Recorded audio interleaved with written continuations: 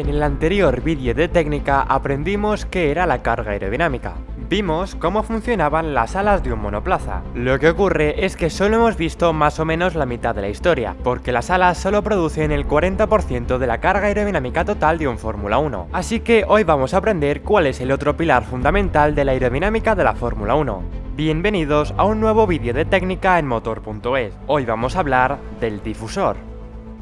El difusor es un elemento que se encuentra en la parte final del fondo plano de un monoplaza y de otros vehículos de competición. Este se encarga de expandir el aire que pasa por debajo del monoplaza, es decir, entre el suelo y el asfalto.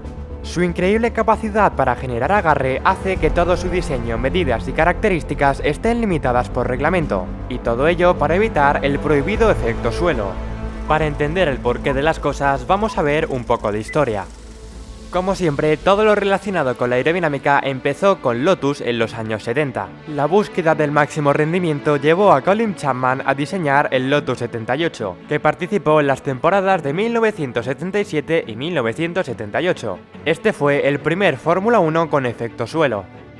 El coche apodado por los ingleses como The Wing Car, es decir, el coche ala, tenía un diseño del suelo con forma de ala invertida, pero además en los laterales tenía unos faldones que rozaban con el suelo. Esto sellaba casi por completo el flujo de aire que discurría por esa zona. Con este sistema se alcanzaron niveles de carga aerodinámica nunca vistos hasta el momento, ya que de esta forma el coche quedaba pegado al suelo como si de una ventosa se tratase. Rápidamente sus rivales copiaron este sistema y lo llevaron más allá gracias a la libertad reglamentaria de aquellos tiempos. Suspensiones neumáticas regulables, faldones laterales móviles y otro tipo de innovaciones. El equipo Brabham es conocido por ser los inventores del difusor o extractor de aire, ya que el Brabham BT46B de la temporada 1978 incorporaba un ventilador en la parte trasera del monoplaza que se encargaba de extraer el aire que pasaba por debajo del fondo plano.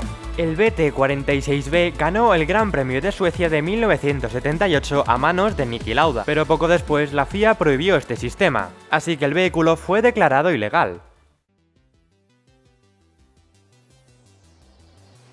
El efecto suelo se convirtió en la clave del éxito de la Fórmula 1, un sistema que no generaba resistencia al avance y que proporcionaba más agarre que los alerones, pero no es oro todo lo que reluce. Con motores turbo de más de 1000 caballos, con los que se alcanzaban velocidades muy peligrosas, los pilotos sufrían increíbles fuerza G en el paso por curva. Además, cualquier bache o irregularidad en el asfalto podía generar en los bajos del coche cambio de presión tan brusco que hiciese al coche saltar por los aires. El accidente que puso fin al efecto suelo fue el que sufrió Gilles Villeneuve en la clasificación del Gran Premio de Bélgica de 1982.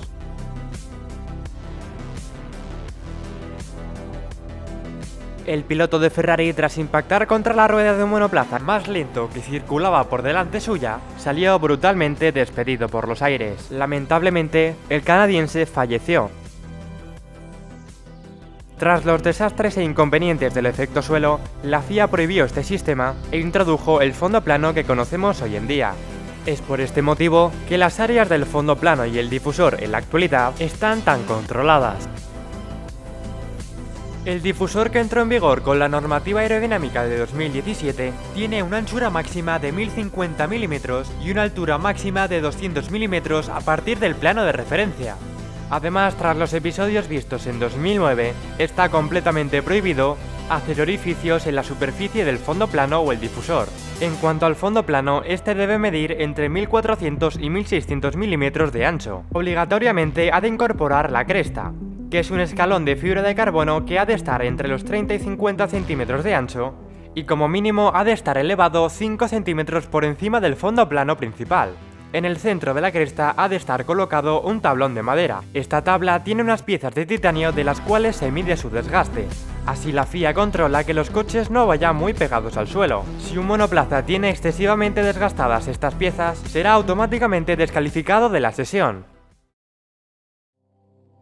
Una vez vista la historia y el reglamento, pasamos a ver el funcionamiento del difusor. Todo lo relacionado con la aerodinámica está basado en la ecuación de Bernoulli que vimos en el anterior vídeo de técnica. Aquella ecuación decía que el aire más rápido tiene menos presión y viceversa.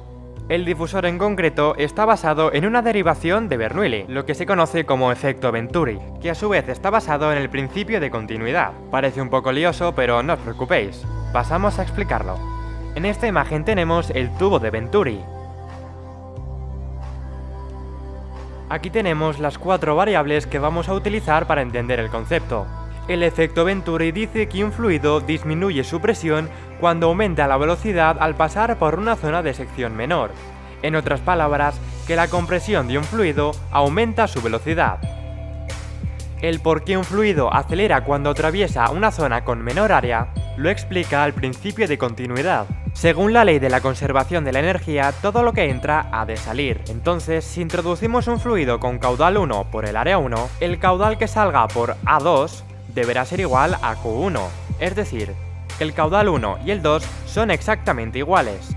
Dicho esto, entender la fórmula que veis en pantalla es sencillo. En la fórmula, el área 1 es más grande que el área 2. Por tanto, si el caudal 1 es igual al caudal 2, el fluido en el área 1 será más lento que el fluido en el área 2. Después de todo esto, os estaréis preguntando que qué tiene que ver este tubo con un Fórmula 1. Pues da la casualidad que el tubo coincide perfectamente con uno de estos. Todo lo que acabamos de explicar se aplica a un Fórmula 1. Para ver cómo se comporta el aire por debajo de un monoplaza vamos a distinguir entre 3 fases.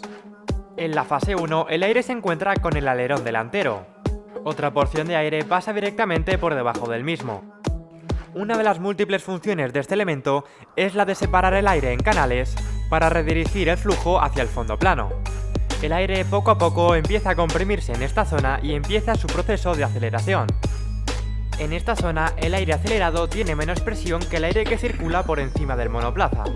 Es esta diferencia la que genera una succión, es decir, carga aerodinámica. En la última fase, el aire se encuentra con el difusor. Este elemento se va ensanchando progresivamente, lo que hace que aumente el área por donde pasa el aire. Esto genera una reducción de la velocidad del fluido y por lo tanto un aumento de la presión en esta parte final del monoplaza. Esta diferencia entre la zona del difusor y la del fondo plano, además de la presión exterior al monoplaza, generan toda esta carga aerodinámica que aplastan al coche contra el asfalto. Y ya por último, para aclarar el concepto, he realizado un experimento casero con materiales que todos tenemos en casa para mostrar de manera más visual cómo funciona este efecto Venturi. Hola, ¿qué tal? Salimos un momento de la pantalla para realizar este experimento. Para ello necesitamos un papel.